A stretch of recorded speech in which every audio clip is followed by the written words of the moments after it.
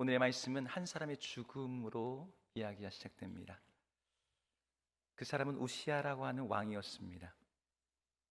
여러분들에게는 그렇게 친숙한 이름은 아니시죠? 그런데 이 우시아는 쇠락해 가던 남유다를 다시 재건하여 다윗과 솔로몬의 시대에 버금가는 제2의 황금 시대를 연 왕이었습니다.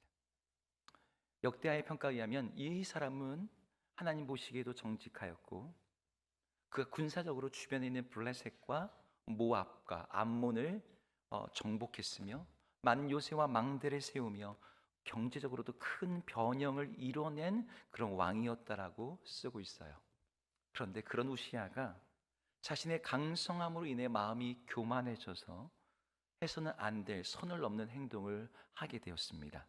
그게 역대하 26장에 나오는데요, 함께 같이 읽어볼게요. 역대하 26장 읽겠습니다. 시작. 그가 강성하여 짐에 그의 마음이 교만하여 악을 행하여 그의 하나님 여호와께 범죄하되 곧 여호와의 성전에 들어가서 향단에 분향하려 한지라. 우시아가 왕의 권력을 누리는 것으로 만족하지 못하고 성전에서 제사장만이 할 수 있는 향단에 직접 분향하는 일을 하려고 했어요. 근데 그 순간에 그 성소 안에서 이 우시아의 몸에, 이마에 나병이 번지기 시작했습니다. 그로 인해서 우시아는 성전에서 정말 뛰쳐나오듯이 쫓겨나고 죽는 날까지 나병 환자로 지내야 됐습니다. 왕궁에서도 나와서 별궁에 격리되어 살면서 왕으로서 제대로 통치도 하지 못한 채 왕자에게 자신의 일을 대행하게 했던 거죠. 유다의 사람들은 이 우시아가 회복되기를 간절히 바랬어요. 그가 너무나 훌륭한 왕이었고 그가 이 유다를 위해서 한 일이 너무나 많았기 때문입니다. 오늘의 본문에 나오는 이사야라고 하는 이 선지자도 우시아의 왕의 그 회복을 간절히 바랬을 한 사람이었습니다. 왜냐하면 유대 전승에 따르면 이사야의 아버지였던 아모스와 우시아의 아버지였던 아마샤가 형제지간이었거든요. 그러니까 이사야 선지자와 우시아 왕은 사촌지간이었습니다. 특히 젊은 시절에 이사야는 하나님 나라에 대한 강한 비전을 갖고 있던 사람이었는데 자신의 사촌이었던 우시아가 왕으로서 유다를 재건하고 번영케 하는 걸 보면서 큰 기대와 소망을 품고 있었어요. 그런데 그런 우시아가 하루의 실수로 인해서 나병에 걸려 정말 격리되고, 그리고 그 나병 환자로서 그의 생이 마치게 되면서 이 이사의 마음도 함께 무너져 내렸습니다. 근데 바로 그 우시아가 죽던 해에 오늘의 사건이 일어나게 됩니다. 이사야가 성전에서 보좌에 앉아 계시는 하나님을 보게 되는 사건이에요. 우리 1절을 함께 읽어보겠습니다. 읽습니다. 시작. 우시아 왕이 죽던 해에 내가 본즉 주께서 높이 들린 보좌에 앉으셨는데 그의 옷자락은 성전에 가득하였고. 네, 여기 보니까 그의 옷자락이 성전에 가득하였다라고 얘기해요. 우리 하나님께서 성전에 계신 것이죠. 사실 우리 하나님의 보좌는 지성소 안에 있거든요. 이사야는 유다 지파이기 때문에 레인이 아니에요. 그리고 제사장도 아니에요. 지성소에 결코 들어갈 수도 없고, 지성소 앞에 있더라도 거대한 두꺼운 휘장으로 가려져 있어서 하나님이 볼 수 없습니다. 그런데 자기도 모르게 환상 중에 그 지성소 안에 들어와 있는 거예요. 그렇게 바라보게 된 하나님은 왕의 모습으로 자리에 앉아 계셨습니다. 5절에는 이사야가 만군의 여호와이신 왕을 배웠다라고 말도 하고, 오늘 1절에서도 주께서 높이 들린 보좌에 앉으셨다라고 말하고 있거든요. 보좌에 앉으셨다는 것은 그냥 자리에 앉았다는 뜻이 아니라 이게 히브리어의 문학적 표현으로는 왕으로 다스리고 있다라는 뜻입니다. 그러니까 이사야는 자기가 기대했던 인간 왕 우시아가 나병에 걸려서 보좌에서 내려와 그의 통치가 부정한 죽음으로 끝났던 바로 그 해에 하늘의 왕으로서 보좌에 앉아 계시고 자기 백성과 세상을 다스리시는 그 하나님을 환상 중에 보았던 것이죠. 이때 이사야의 마음이 어땠을까요? 만약 여러분이 그 자리에 있다면 여러분들은 어떤 마음이 될 것 같습니까? 이 자리에, 이 예배당에 우리 하나님이 계시다. 그러면 우리의 마음은 굉장히 행복하고 기쁘고 감격스러울 것 같아요. 제가 지난주에 설교했던 것처럼 하나님의 임재는 몇몇 특별한 사람들만의 전유물이 아니라 그랬어요. 그래서 많은 그리스도인들이 우리 하나님의 임재를 갈망하고 간구합니다. 그런데 이런 측면이 하나님의 임재를 오해하게 하는 면이 있어요. 어떤 것이냐면 하나님의 임재를 굉장히 가볍고 편안하고 그러는 것으로. 오늘의 이야기는 그런 모습과 정반대의 모습을 보여줘요. 오늘 이사야가 하나님을 볼 때 이사야의 마음에 어떤 긍정적인 활력과 이런 것들이 생길 것 같은데 오늘 본문은 부정적인 모습, 탄식과 절망이 표현되고 있습니다. 우리 5절을 같이 읽어보겠습니다. 읽습니다. 시작. 그때 내가 말하되 화로다 나여 망하게 되었도다. 나는 입술이 부정한 사람이요 나는 입술이 부정한 백성 중에 거주하면서 만군의 여호와이신 왕을 베었음이로다 하였더라. 여기서 이사야가 뭐라고 말해요? 화로다 나여 망하게 되었도다. 이 표현은요, 내가 파멸될 것이다 라는 뜻이에요. 여러분, 하나님을 만나고 보게 된 이 이사야의 반응이 기쁨이나 감격이나 새로운 소망 이런 게 아니라 충격과 절망과 공포였습니다. 이사야가 이런 반응을 보이게 된 이유가 뭘까요? 그냥 직설적으로 얘기한다면 하나님은 인간이 대면하기엔 너무나 거룩한 분이기 때문이에요. 이사야는 이것을 누구보다도 잘 알고 있는 사람이었습니다. 여러분, 이사야는 자기 사촌 우시야가 하나님께 분향하는 거룩한 일을 자기 멋대로 하려고 했을 때 하나님이 그를 치셨다는 것을 알고 있었어요. 그걸 어느 정도로 알았냐면 우리 역대하 26장의 말씀 한번 읽어볼까요? 뭐라고 써 있는지 읽겠습니다. 시작. 우시아의 남은 시종 행적은 아모스의 아들 선지자 이사야가 기록하였더라. 여러분, 우시야의 남은 시종 행적을 누가 기록했대요? 이사야가 기록했대요. 선지자 이사야. 그러니까 이사야는 우시아의 행적을 기록할 수 있을 정도로 그의 삶에 대해서, 그가 겪은 일에 대해서 세세하게 알고 있는 사람이었습니다.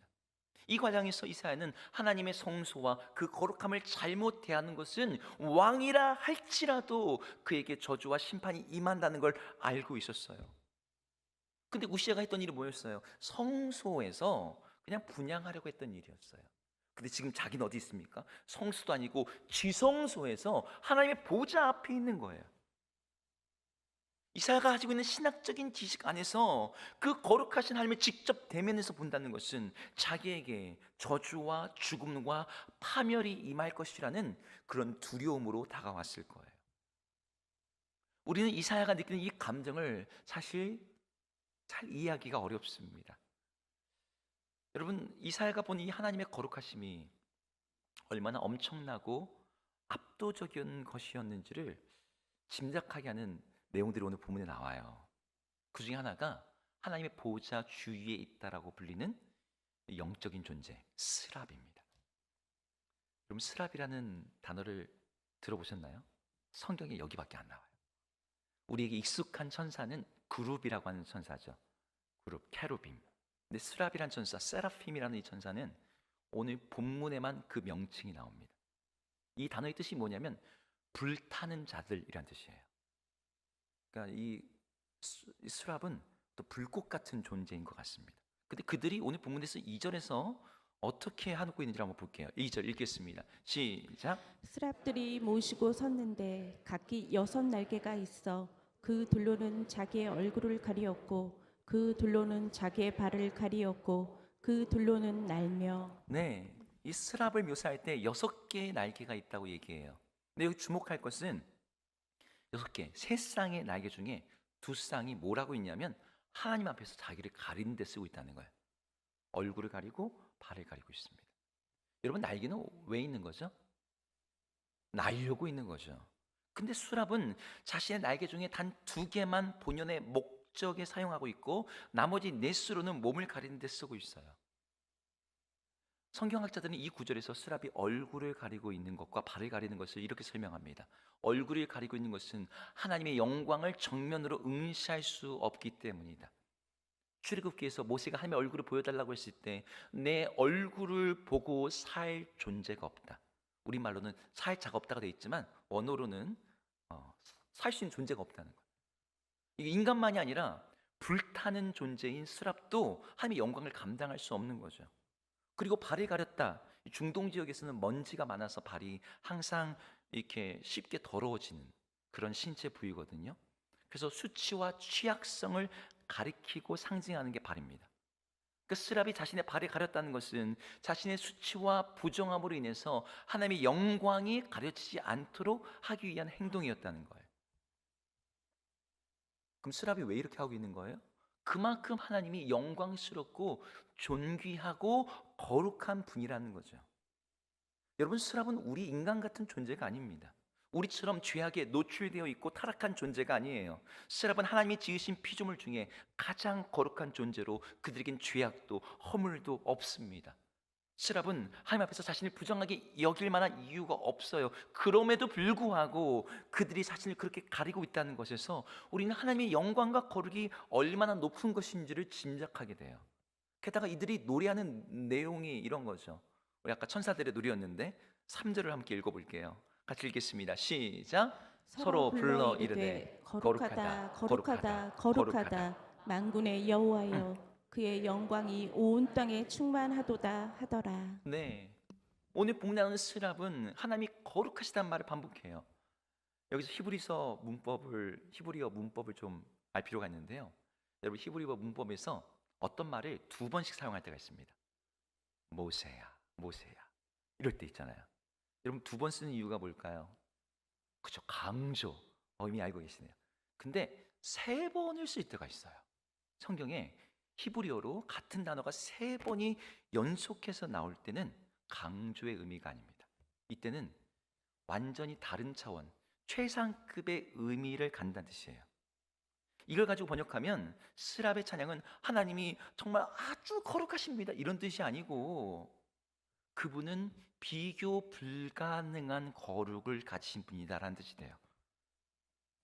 여러분, 그 말이 그 말인 것 같이 느껴질지 모르겠지만 질적으로 다르다는 거예요. 거룩이라는 말 자체가 구별되다, 분리되다는 뜻입니다. 하나님은 피조세계의 모든 것들과 완전히 구별되시는 분이죠. 그분과 비교할 수 있는 것이 없고 견줄 수 있는 것이 없고 경쟁할 수 있는 것이 없는 유일무이한 존재라는 뜻입니다. 그 하나님의 압도적인 거룩하심 앞에서 이사야는 자신의 존재가 파멸되고 소멸될 것 같은 그런 두려움을 느낀 거예요. 저는 이것을 여러분에게 어떻게 설명할 수 있을까 생각하다가 떠오른 게 방사능 물질이었어요. 여러분, 2017년도에 일본 대지진이 일어났을 때 후쿠시마 원자로가 폭발했습니다. 이때 사람들이 들어갈 수가 없어요. 로봇을 투입했습니다. 시간당 650시버트로 방사능이 발산되는 현장에 사람이 들어가면 방사능은요, 사람 눈에 안 보이거든요. 뭐 공간을 굴절시키거나 그런 것도 없어요. 냄새도 없어요. 그냥 똑같아요. 평범해요. 근데 사람이 그곳에 들어가면 30초도 안 돼서 죽습니다. 로봇을 투입하는 거예요. 근데 로봇이 들어가면 로봇은 잘 작동했을까요? 2시간 만에 로봇이 다 멈춰요. 반도체, 센서가 다 녹아버립니다. 1986년도 체르노빌 원전이 붕괴됐을 때요, 그 원전을 갖다가 어떻게든 막기 위해서 정말 소방관들이 이 엄청난 콘크리트를 거기다 막 계속 쏟아붓는 거예요. 근데 그 원전의 그 지붕 위에 올라간 작업자들이 완전히 무장대 방호복을 입고 올라가거든요. 근데 거기서 작업할 수 있는 시간이 단 90초였어요. 90초를 넘으면 다 죽습니다. 그러니까 돌아와도 멀쩡한 것도 보이지만 2주 안에 모든 세포가 DNA 차원에서 다 붕괴되어서 죽게 된대요. 그러니까 타이머 딱 재고서, 그러니까 들어가는 시간 30초, 나오는 시간 30초, 작업하는 시간 30초. 그렇게 해서 수천 명이 거기에서 그 일을 막는 일을 했던 거예요. 이게 방사능의 위험성입니다. 근데 우리 하나님의 거룩하심은 여러분 그 이상이지 결코 그보다 약하지가 않아요. 성경은 우리 하나님을 소멸하시는 불이라고 말합니다. 불. 하나님의 거룩하심을 함부로 대할 수가 없다는 거예요. 오늘 이사야가 그 하나님의 거룩하심을 보면서 느낀 공포감이 바로 그런 거였어요. 화로다 나여 망하게 되었도다. 우리가 이 예배당에 들어올 때 우리가 여기가 뭐 지성소는 아니지만 우리는 믿음이 있어요. 하나님이 이곳에 자정이 계신다. 하지만 우리가 이곳에 들어오면서 어떠한 두려움이나 떨림이나 긴장감이 없습니다. 왜 그렇죠? 우리가 익숙하기 때문입니까? 우리는 오늘 이사야가 경험했던 그 정도 수준의 하나님의 압도적인 임재를 경험하지 못하고 있기 때문이에요. 제가 예배를 드릴 때마다 하나님 오늘 예배 가운데 임재하여 주십시오. 예배 가운데 우리 주님 차정하여 주십시오. 제가 그런 기도를 합니다. 우리는 주님을 만나기를 원해요. 갈망합니다. 그런데 한번 돌이켜보서 정직하게 한번 질문할 필요가 있어요. 정말 우리가 원하는 게 진짜 거룩하신 그 하나님의 임재일까? 아니면 내가 원하는 수준의 그런 이미지로서의 하나님이 우리 가운데 오는 걸 바라는 건 아닐까? 그냥 나를 위로해주고 나를 격려해주고 나의 필요를 채워주는 딱 그 수준의 하나님, 세상의 왕으로서 온 땅을 통치하시는 그 어미하시고 위대하시고 광대하신 그 거룩하신 하나님의 임재를 우리는 감당할 수도 없고 그걸 바라지도 않아요. 우리 시대의 하나님의 임재가 편안함, 안락함, 포근함, 따뜻함, 물론 이런 이미지로 변색되어 버렸습니다. 물론 하나님의 임재는 우리에게 세상이 줄 수 없는 평안을 주지요. 그분의 임재는 우리에게 따뜻함을 줄 수 있어요. 하지만 성경 여기저기 나오는 수많은 본문에서 하나님의 임재를 경험한 사람들은 반응이 달라요. 마치 죽은 자와 같이 됩니다. 하나님의 임재, 천사들이 나타날 때마다 모든 사람들에게 똑같이 하는 말이 있어요. 천사들이 뭐라고 말하는 줄 아세요? 두려워하지 말라요. 그 말은 뭡니까? 그 앞에 있는 모든 자들이 두려워하며 떨게 된다는 거예요. 그게 하나님의 임재입니다. 오늘 스랍도 자신의 날개로 얼굴과 그 발을 가려야 될 정도로 그 압도적인 거룩함이 있었어요. 이사야는 그 앞에서 깨닫게 되었습니다. 나는 입술이 부정한 사람으로 입술이 부정한 백성 가운데 거하고 있구나. 여러분, 입술이 부정하다는 게 어떤 거예요? 욕을 하거나 거짓말을 한다는 뜻이 아닙니다. 이사야가 이미 선지자였거든요. 자기는 그 입술로 하나님의 말씀을 전하는 사람이었습니다. 근데 나의 입술이 부정하여 하나님의 거룩한 말씀을 담기에 나는 전혀 합당하지 않다라고 하는 고백을 하고 있는 거예요. 이사야가 하나님을 몰랐던 게 아닙니다. 이사야는 이미 하나님의 말씀을 받았던 사람이에요. 그는 하나님의 선지자로서 사역을 하고 있었어요. 그런데 하나님의 임재를 경험하니까 자기는 그 일에 합당하지가 않다는 거예요. 여러분, 우리가 매주마다 이 자리에 나와서 하나님을 찬양하고 기도하고 예배하고 있습니다. 하지만 우리가 정말 그 거룩하신 하나님 앞에서 우리의 찬양이, 우리의 기도가, 우리의 존재와 우리의 삶이 합당한 모습으로 있느냐를 물어봐야 돼요. 오늘 이사야가 화로다 나여 망하게 되었다라고 하는 이 절기는 진짜 하나님의 임재를 경험한 사람들이 고백하게 되는 정직한 반응입니다.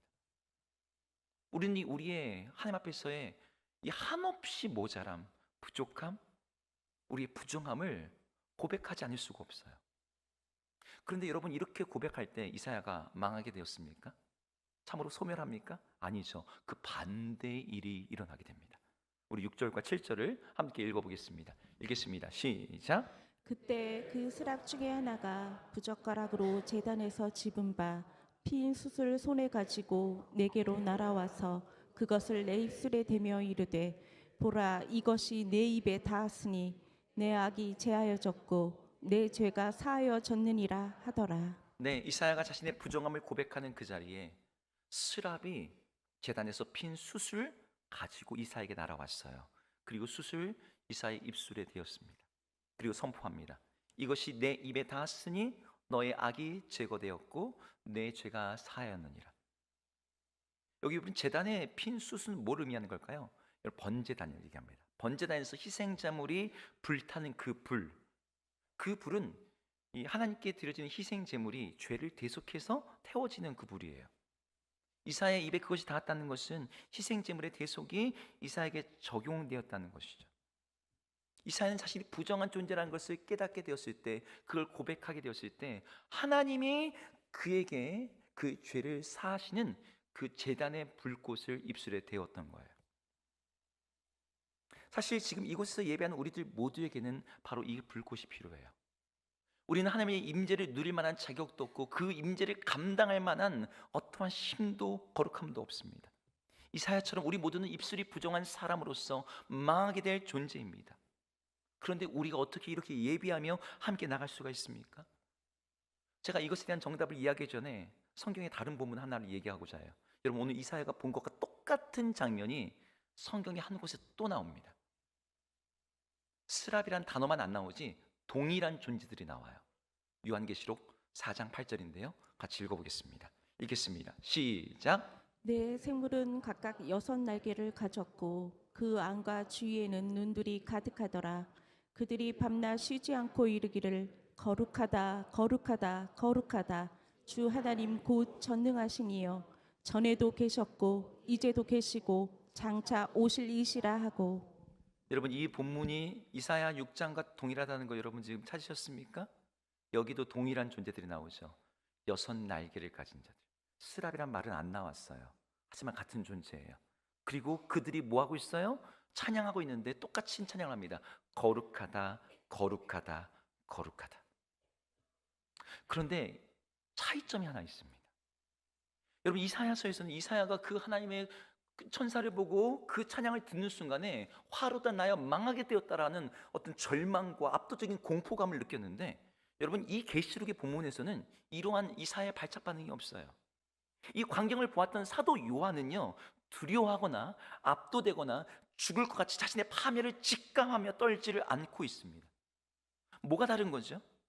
똑같은 경험을 하고 있는데 왜 요한은 이사야처럼 내가 망했다라고 탄식하지 않는 거죠? 요한과 이사야가 뭐가 달랐을까요? 요한은 조금 더 착한 사람이고 조금 더 거룩한 사람이어서 그런 것이었을까요? 아닙니다. 요한에게는 하나님의 그 거룩하심을 견디게 하는, 그분의 임재를 누릴 수 있게 하는, 이사야로 치면 제단 숯불과 같은 그 일이, 그 존재가 요한에게 있었기 때문이에요. 여러분, 그게 무엇이고 누구입니까? 그렇죠, 예수 그리스도, 그분의 십자가의 사건.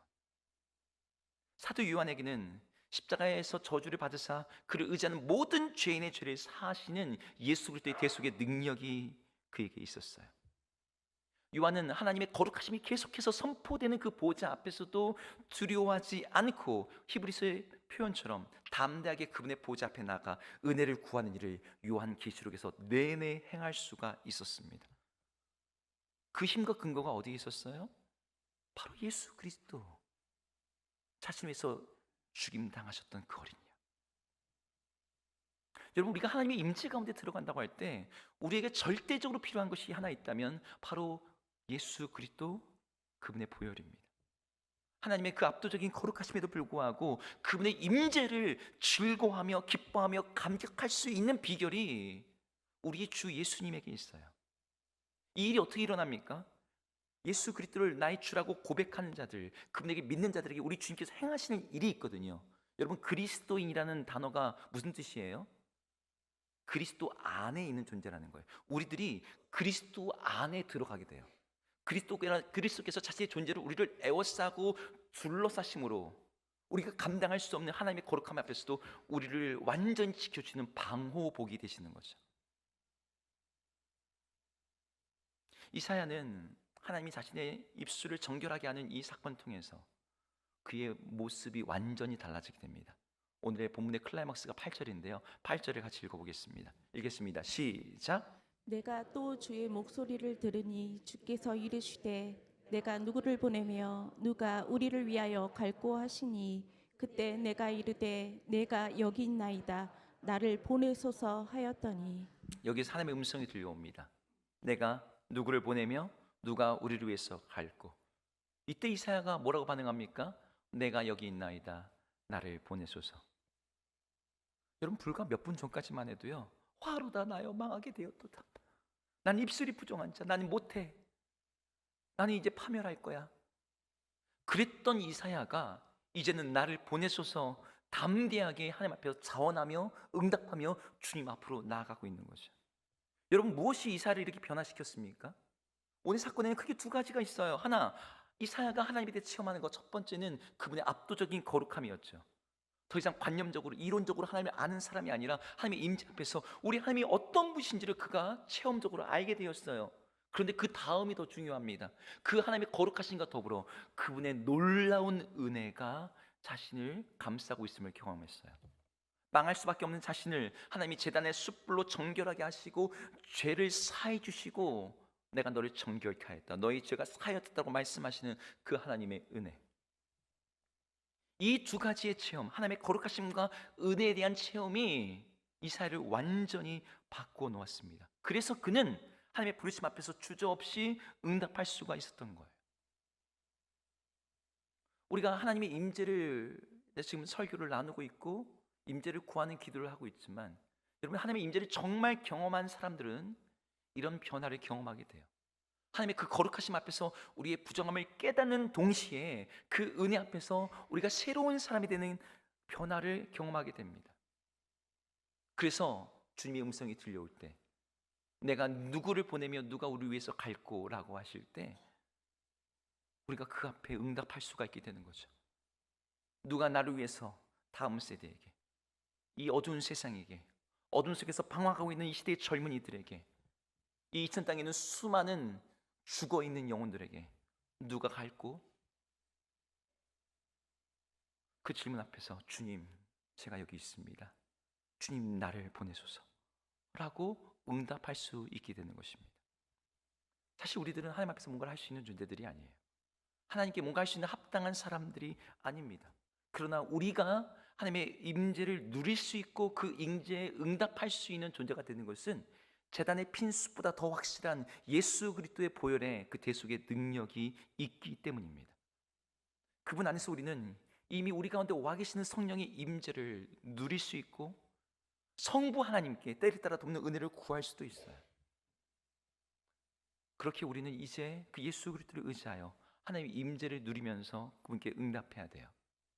여러분, 하나님의 임재는 우리의 기분이나 우리 자기 만족을 위해서 주어지는 어떤 신기한 경험이 아니에요. 하나님의 임재는 이미지로 소비될 뭔가가 아닙니다. 하나님의 임재는 우리에게 경외와 변화와 그 부르심에 대한 응답을 요구해요.